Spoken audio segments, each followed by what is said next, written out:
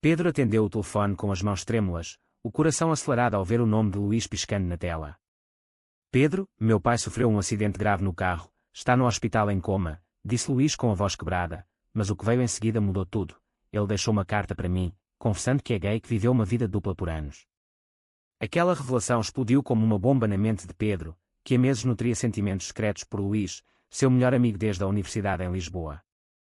Sem tempo para processar, Pedro correu para o Hospital de Santa Maria, onde a família de Luís já se reunia no saguão frio e iluminado por lâmpadas fluorescentes.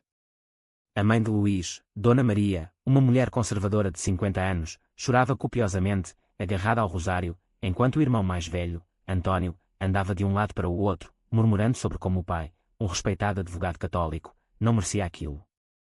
Luís estava sentado em um canto, o rosto pálido, segurando a carta amassada como se fosse um veneno. Pedro se aproximou, tocando seu ombro com hesitação. Eu vi o mais rápido que pude, sussurrou Pedro, sentindo o calor da pele de Luís através da camisa fina. Luís ergueu os olhos, vermelhos de lágrimas contidas. Você não entende, Pedro. Meu pai. Ele escreveu que se apaixonou por um homem há 20 anos, mas escondeu por causa da família, da sociedade. Ele diz que o acidente não foi acidente, que ele dirigia distraído pensando nisso. As palavras saíram em um jorro, e Pedro sentiu um nó na garganta. Ele próprio lutava com sua orientação sexual desde a adolescência, crescendo em uma família tradicional de Porto, onde o pai, um pescador rígido, repetia que homens de verdade não fraquejam. Mas ali, vendo Luís vulnerável, Pedro quis confessar tudo, mas mordeu a língua. Não era o momento. Os médicos saíram da sala de emergência, anunciando que o Sr. João, pai de Luís, tinha fraturas múltiplas e um coágulo no cérebro. Ele pode não acordar, disse o doutor com tom profissional, deixando a família em choque. Dona Maria desabou nos braços de António, gritando que Deus os punia por algum pecado. Luís se afastou do grupo, puxando Pedro para um corredor vazio.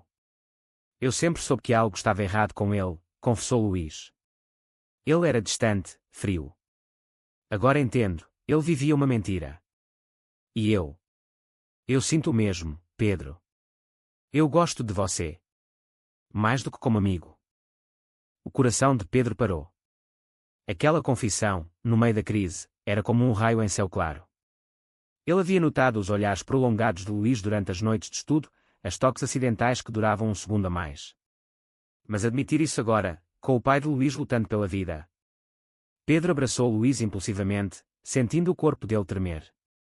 Eu também, Luís. Há meses. Mas e agora? Sua família. Luís se afastou, limpando o rosto. Não podemos contar a ninguém. Meu pai pagou caro por esconder. Mas eu não quero ser como ele. Naquela noite, Pedro ficou no hospital, alternando entre vigílias ao lado da cama do Sr. João e conversas sussurradas com Luís. Eles falavam sobre o passado, Luís crescendo sob a pressão de ser o filho perfeito, jogando futebol para agradar o pai, escondendo revistas que o atraíam para o proibido. Pedro compartilhava sua própria luta, o bullying na escola por ser diferente, a decisão de se mudar para Lisboa para estudar arquitetura e fugir das expectativas familiares. Mas o peso da carta pairava sobre eles. Luísa leu em voz alta para Pedro: Filho, eu amei sua mãe, mas meu coração pertencia a outro. Escolhi a família, mas perdi a mim mesmo. Não cometa o mesmo erro. Dias se passaram, e o estado do Sr. João estabilizou, mas ele permaneceu em coma. A família se dividia, Dona Maria rezava incansavelmente, António investigava o acidente, suspeitando de negligência no trânsito de Lisboa. Luís, porém, mergulhava em uma crise interna. E se ele acordar e eu tiver que confrontá-lo? Perguntava a Pedro durante caminhadas noturnas pelo Tejo. Pedro, sentindo o amor crescer, incentivava: você precisa ser honesto. Mas pense no custo. Luísa sentia, mas o medo o consumia. Uma semana depois, António descobriu algo: o pai tinha um apartamento secreto em Alfama, onde se encontrava com seu amante. É uma vergonha, berrou António na sala de espera, mostrando documentos. Dona Maria entrou em negação, acusando calúnias. Luís, pálido, defendeu o pai pela primeira vez: ele era humano, António. Todos temos segredos. A briga explodiu, com António acusando Luís de fraqueza. Pedro interveio, puxando Luís para fora. Você foi corajoso, disse Pedro, beijando-o pela primeira vez sob as luzes da cidade. mas o beijo veio com um preço. Um primo os viu e sussurrou para a família. A tensão escalou. Dona Maria confrontou Luís no dia seguinte. É verdade. Você e Pedro. Luís negou, mas o dano estava feito. Pedro sentiu o mundo ruir, sua própria família, ao saber por fofocas, ligou exigindo que voltasse para Porto. Isso não é vida para um homem, disse o pai ao telefone. Pedro chorou sozinho no apartamento, questionando se o amor valia o caos. Enquanto o Sr. João lutava no hospital, Luís tomava uma decisão impulsiva: visitar o apartamento secreto do pai. Pedro o acompanhou, subindo as escadas íngremes de Alfama sob um sol escaldante. O lugar era modesto, com fotos antigas de um homem chamado Manuel, um professor aposentado. Cartas de amor espalhadas revelavam uma paixão proibida, interrompida por deveres familiares. Meu pai sacrificou tudo pela imagem perfeita, murmurou Luís, lágrimas escorrendo. Pedro o abraçou, mas internamente debatia: incentivar Luís a se assumir ou protegê-lo da dor. De volta ao hospital, o Sr. João acordou milagrosamente. Fraco, ele pediu para falar com Luís sozinho. Eu li sua carta, disse Luís, voz trêmula. O pai, olhos cheios de remorso, confessou: eu errei, filho. Amava Manuel, mas escolhi a família. Agora vejo o preço: isolamento, depressão. Luís, coração apertado, revelou seu amor por Pedro. O pai assentiu: seja feliz, mas cuidado. A sociedade não perdoa. Aquela bênção veio com amargura. Dona Maria, escutando atrás da porta, explodiu em fúria. A família se fragmentou. Dona Maria, devota católica, invocou a igreja: isso é pecado. Seu pai está confuso pelo coma. Ela proibiu Pedro de visitar, chamando-o de influência maligna. Antônio, ambicioso, via escândalo: isso arruína nossa reputação. Pai é advogado respeitado. Luís defendeu: eu não vou esconder como ele. A briga culminou em Dona Maria dando um ultimato: escolha, nós ou Pedro. Pedro, sozinho em seu quarto de estudante, recebia mensagens odiosas de conhecidos. Aberração, diziam anónimos online, e quando preconceitos enraizados na sociedade portuguesa conservadora. Sua mãe ligou chorando: volte para casa, filho. Aqui podemos curar isso. Pedro resistiu, mas a dúvida crescia: valia perder tudo por amor? Ele confrontou Luís em um café à beira-rio: sua família te destrói se continuarmos. Luís, olhos flamejantes, respondeu: eu pago o preço. Como meu pai, mas ao contrário. Mas a traição veio de onde menos esperavam. Antônio, para proteger a família, vazou a história para um jornal local. Filho de advogado envolvido em escândalo gay, lia a manchete. Luís foi demitido de seu emprego em uma firma de contabilidade, clientes conservadores fugiram. Pedro perdeu uma bolsa de estudos por distrações. Eles se refugiaram no apartamento de Pedro, mas o stress os consumia. Discussões explodiam: você devia ter negado, acusava Pedro. Eu não minto mais, retrucava Luís. Em meio ao caos, Manuel apareceu no hospital. Idoso e frágil, ele visitou o Sr. João, revelando anos de amor escondido. Eu esperei, mas você escolheu eles, disse Manuel com dor.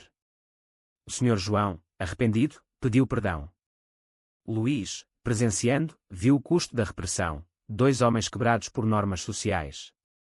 Isso o fortaleceu, mas Dona Maria, furiosa, processou Manuel por influência corrupta, escalando o drama.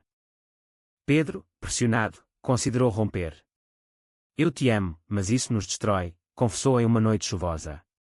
Luís chorou: não me abandone. Lute comigo. Pedro ficou, mas o preço era alto: isolamento de amigos, olhares hostis nas ruas de Lisboa. Eles participaram de uma manifestação LGBT no Chiado, sentindo solidariedade, mas também medo de violência. A crise atingiu o pico quando Antônio confrontou Luís fisicamente em casa. Você envergonha o pai, gritou, empurrando. Pedro interveio, levando um soco. Sangrando, ele fugiu, questionando tudo. Luís o seguiu: desculpe, eu conserto isso. Mas o dano estava feito. Pedro duvidava da durabilidade do amor sob tanta pressão. Com o escândalo se espalhando, Luís decidiu confrontar a família publicamente. Em uma reunião tensa na casa em Sintra, ele anunciou: eu sou gay e amo Pedro. Pai, você me ensinou a não esconder. O Sr. João, ainda se recuperando, apoiou: eu errei. Deixem-no ser livre. Mas Dona Maria, devastada, saiu chorando, murmurando sobre divórcio. Antônio, traidor, revelou que havia contratado um detetive para vigiar Luís, expondo fotos deles juntos.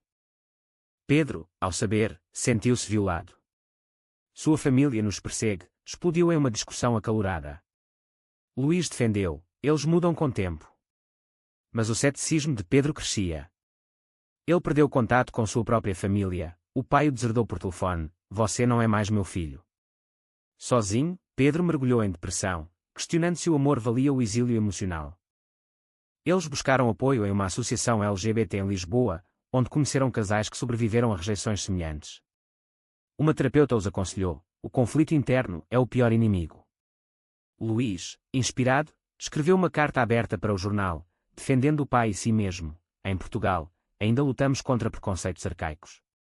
A resposta foi mista, apoio online, mas também ameaças. A tensão culminou quando Dona Maria sofreu um colapso nervoso, culpando Luís.